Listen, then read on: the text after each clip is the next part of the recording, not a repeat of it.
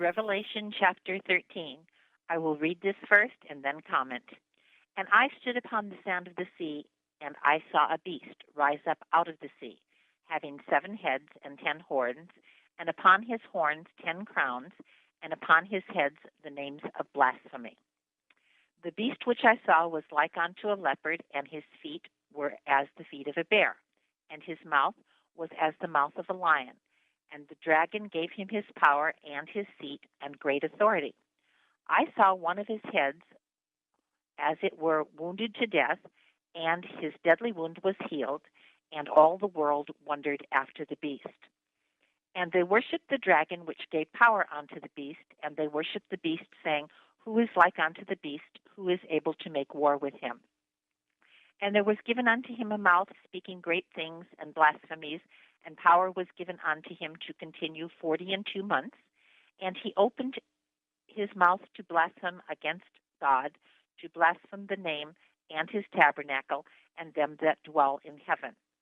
And it was given unto him to make war with the saints, and to overcome them, and power was given him over all kindreds and tongues and nations, and all that dwell upon the earth and worship him, whose names are not written in the book of life of the Lamb slain from the foundation of the world. If any man have an ear, let him hear. He that leadeth into captivity shall go into captivity. He that killeth with the sword must be killed with the sword.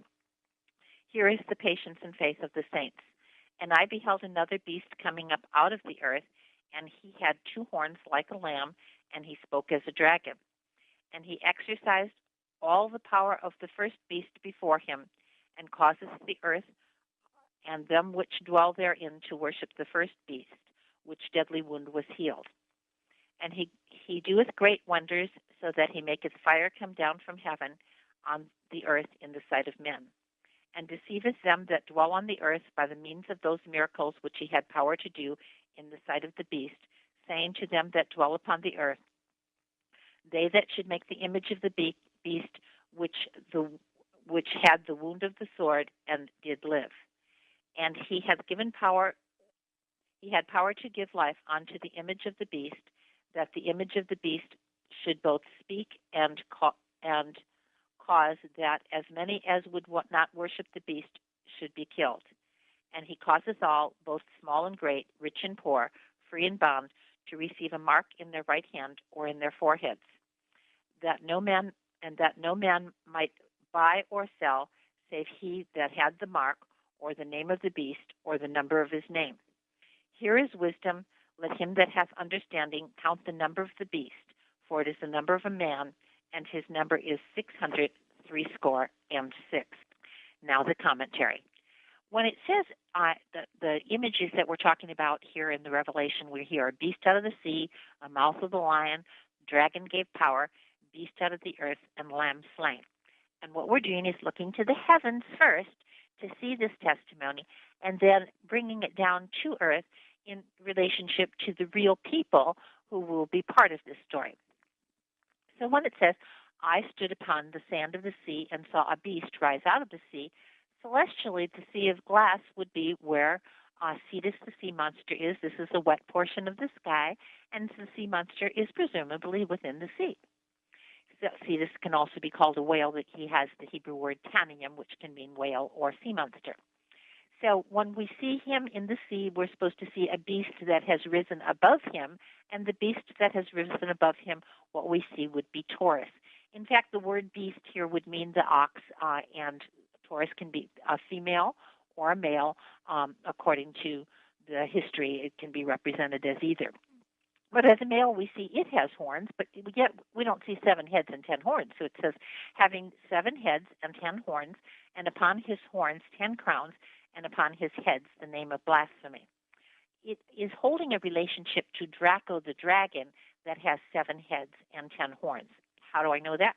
Well, Moses was schooled in the ways of the Egyptians, and the book of Revelation is actually doing a commentary telling the Christian take on the heavenly story and how it really represents Christ, as opposed to the book of the dead, which is speaking of the Messiah to come in some instances, but has gone through some ways that we might consider it to be idolatry or whatever was the pictures that they had. But anyway, there is a glyph within the Book of the Dead, which held within it a picture of a beast rising out of the sea, an ox rising out of the sea, and next to it in the upper left-hand corner, you actually do see a serpent with 7 heads. So this is the story of what we're supposed to be looking at. So Draco in the celestial heavens is the main dragon, and there are 7 heads in that. Draco has 7 serpents that were supposed to be connected with him. And all total, there are 6 serpents and Draco. There is Draco, Hydra, Hydrus, Serpentarius, and Hercules is holding 3 dragons. Now, we've talked about this a little bit before, and when we were talking about the ark within the celestial heavens, and that Draco is a constellation that's seen within the heavens, and Draco represents Satan. Draco holds stars. Draco itself means that it is representative of that old serpent that is to be cast down from the heaven. And the stars, the word, when it says that he has 7 heads and 10 horns, the horns are actually translate to rays of light. So we would picture that could be the stars, and there are some interesting stars in Draco that seem to carry out the testimony. Rostibin means the head of the subtle serpent. Al-Wade is who is to be destroyed. Grumin means the subtle. Ganser means the punished enemy. Al-Dib means the reptile. Al-Athic means the fraudful. And Al-Asya means the bowed down. And we've talked a little bit about in the heavens how there is a king, and next to the king is this dragon, and how all of this was seemingly discussed when Zechariah was talking. Zechariah said, "Thus saith the angel of the Lord, protested unto Joshua." This was Joshua the high priest, who was supposed to be a sign for Christ who was to come. And what he says, "Thus saith the Lord of hosts," it says, "Hear now, O Joshua the high priest, thou and thy fellows that sit before thee, they are to be men wondered at, for behold, I will bring forth my servant the branch." Celestially, there are 2 branches of this heavenly testimony. In fact, in Genesis, in the beginning, God created. The word created means to split wood. And celestially, there are 2 branches of the heavenly theater. One is today's pole star, and the other was the ancient pole star. The ancient pole star was Thuban, and that was within Draco. And around Thuban, this pole was supposed to be pointing. And these 2 poles, according to the Babylonian creation myth, were at one time split. That this goes back to creation, they say, and that's the same thing we read in Genesis, that God had created that, which meant to split wood. So we see the 2 poles as having been split, and one pole was supposed to be the representation of Draco the dragon, and the other pole would be Polaris, and as time would take place, Polaris would become the pole star, and there was a king who would sit above that, and that was Cephas, the celestial king. Cephas means the branch, and so when Zechariah 3:8 says, "Hear now, O Joshua the high priest, thou and thy fellows that are before thee, for they are men wondered at, for behold, I will bring forth my servant the branch," it's really speaking of this name that Joshua had, that Joshua had the same name as Yeshua. It was really Yeshua in Hebrew, or Yehoshua, and that is the name of Jesus Christ. He goes on and he talks about a stone. He says, "For behold, the stone which I have laid before Joshua, upon one stone shall be 7 eyes, and behold, I will engrave the graving of, saith the Lord," and that's the Yud-He-Vav-He of hosts, "and I will remove the iniquity of the land in one day."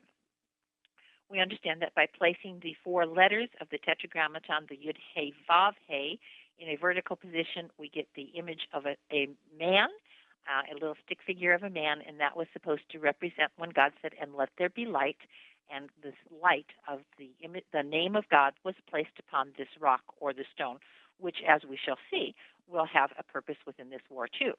And so when Zechariah said, "And then take silver and gold and make crowns and set them upon the head of Joshua the high priest, And he spoke and said, "Thus speaketh the Lord of hosts, saying, Behold, the man whose name is the branch." Then Yeshua or Yehoshua must be the name for the Messiah, who will also be the branch, like unto the king, Cephas, who's called the branch. Now, Scripture also speaks of an abominable branch, and that would be the other branch, which Draco the dragon was wrapped around the other pole. The constellation we're seen as golden apples of the tree, and Draco is the serpent wrapped around and hangs from the tree. And on the other side of the heavens, if you were to follow that pole to the southern pole, you would find that there is a bird called Apis, meaning the bird of paradise, that goes around that pole star, as to show that this was like the dragon who was upon the tree in Genesis. We saw it in earth, but the story was made within the heaven. And so as Isaiah comes on, he's saying, this is the purpose that is proposed upon the whole earth, that this is the hand stretched upon all the nation, for the Lord of hosts has proposed it, and who shall disannul it? And he is speaking of the flying serpent. He goes on and he says, For out of the serpent's root shall come forth a cockatrice, and his fruit shall be a flying serpent. In fact, this whole thing had to do with the area of Philistia, which is now the Gaza Strip. So he's telling the people from Gaza Strip, don't rejoice that Ahaz is dead, but because one time you're going to have this flying serpent hold a relationship to you, and that's supposed to represent the Antichrist, who will become Satan incarnate. And it goes on in Isaiah, he says, this is the purpose of the whole earth, and it has to do with the flying serpent. Lucifer means shining star. Draco is a shining star group, and Lucifer is spoken against within Isaiah. So Isaiah 14:12-15 discusses the fall of Lucifer to the pit. How art thou fallen from heaven, O Lucifer, son of morning? How art thou cut down to the ground, which didst weaken the nations? For thou hast said in thy heart, I will ascend into the heaven. I will exalt my throne above the stars of God. I will sit in the mount of creation in the uttermost parts of the north. I will ascend to the heights of the clouds. I will make myself like the Most High. And truly, we could see Draco at one time in the position was to the height of the heavens and above the king, because he was the pole star and so forth. But God's will went on and said, Yet thou shalt be brought down to Sheol, to the uttermost parts of the pit. I will rise up against them and cut off from Babylon the name, the remnant, the son, and the nephew. People think, well, he's the king of Babylon. In a sense, yes, because Draco was the king of Babylon, and Draco was related to Babylon, that they had spoken of this serpent in the heavens as being their king. So their temples are made in relationship to this, as they had seen it as their king. So that God is saying, first, I'm going to destroy your area, which is Babylon. Then he says, I will make it a possession for the bittern and pools of water. And these things are getting ready to take place as Babylon will fall down. There are tunnels of the oil that are underneath, and in a coming scenario, we're going to see that Babylon will sink. Then he says, I will sweep it with a bassoon of destruction. Boy, that happened when the people who are now called ISIS went through. That was a different bassoon of destruction. First, there was the war and the gathering of the articles of Babylon. We're supposed to see when Babylon goes down. And then he says, I will break the Assyrian in my land and upon my mountains under feet. And apparently what this is speaking of is another group that is not Babylon, that is supposed to relate to the Assyrian Empire. This may be ISIS, because God, within the coming prophecies, speaks individually of Syria, although Syria was part of Assyria. God is looking, and Assyria once conquered Babylon and once conquered Syria. We have to look for an individual entity, and that may be the people from ISIS. In the war scroll, it talks about the parties of this war will include the Kittim of Asher, and then we would have to think that the Kittim of Asher are going to be the ones that are also spoken of, that they will be hoping of the children of Lot. So what we're seeing is that Asher will be brought into this war. We see that Ezekiel tells us that their bodies are going to be on the sides of the pit, and they will be part of this war. And apparently they will be surrounding the king of Syria and going after him, and they're also trying to help the king of Edom, Moab, and Ammon. But in the scenario, they are not trying to help the Edomites. They're only trying to help the children of Lot. So the king must have something that he's also trying to get rid of the children of Edom within this thing. The children of Edom would be, in this sense, considered to be the bad guys that Assyria is going to protect the king from, as opposed to, and also the king of Syria. And this we'll see as their dead bodies fall, and we see who's surrounding who's surrounded at the side of the pit, who the Assyrian army is supposed to be surrounding. It goes on and says, in God's will, I will kill thy root with famine, and thy remnant shall be slain. But thou art cast away from the sepulchre like an abominable branch, closed and slain, with those who thrust through with the sword, that go down to the stones of the pit as a dead body trodden underfoot. So who is supposed to be cast out of the sepulchre? Well, there is a sepulchre in which is called the Ark of the Covenant. It was also supposed to be a coffin, and the Antichrist, according to Isaiah 28, the water will overflow the hiding place, and the sheet is too short for the bed. If the Antichrist's body is upon the ark, which is in the hiding place, when the water overflows the hiding place, the water would raise to a level where it would be able to cast this body into the pit, because it is next to the Dead Sea, which is where the pit would be located, or the sea, and he will be rising out of the sea, and eventually, after many sequences of war, he will also be the one who will be cast down to the pit. First, he is the blind who will lead the blind to the pit, and Samuel, Satan's other name would be Samuel, meaning the blind god. And in these war series, his role is to cast people into the pit, or to lead them to the pit. And that's very much what's happened in Israel as well. There's a Judas goat. The goat that would lead all the others to the slaughter was called the Judas goat. All the other goats would follow him and go into the slaughter place. He'd pull off to the side and he'd be all right. So that's what's coming in this coming war. It says, they shall gaze at thee and say, is this the man that made the earth to tremble, that did shake kingdoms, that made the world as a wilderness and overthrew the cities thereof? And that's his role, that he will be overflowing the cities and causing destruction in every place that he goes. So as we're looking to this man who is supposed to be this serpent, we remember that Philistia was told when King Ahaz is dead, for out of the root of the cockatrice shall come the flying serpent.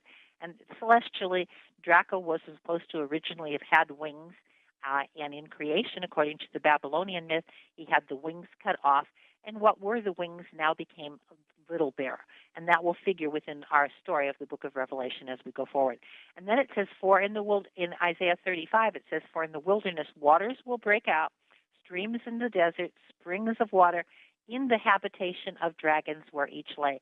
And that is that the Antichrist is the dragon, and so is the great serpent, the dragon, which is Satan. So it will be Satan incarnate taking over the body of the Antichrist.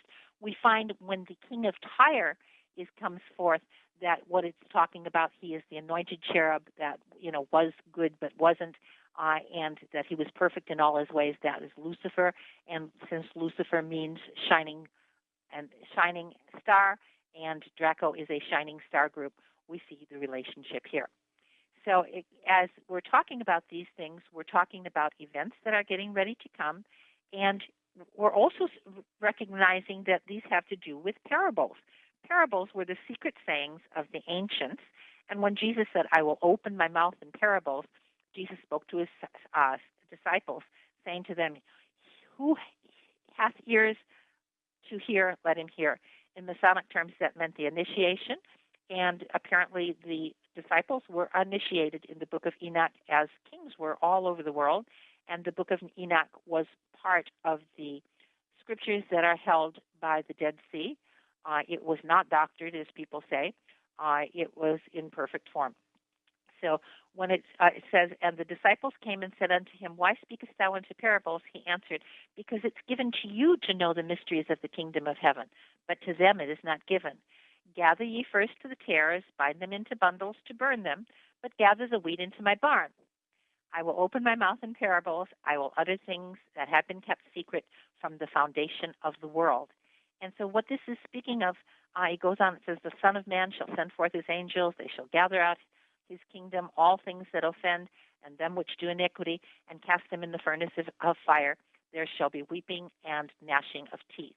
This is by the Dead Sea, where the pit of hell shall be opened. And when the pit of hell is opened, these people are going to fall into the furnace of the fire.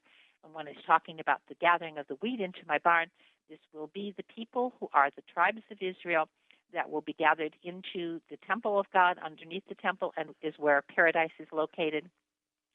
And that also at one time was a barn that King David had discovered when he went and found the foundation stone in the past. The book of Enoch identifies the place of burning as being in the valley of the Dead Sea. It is here that hell shall open its jaws and devour the sinners in the presence of the elect.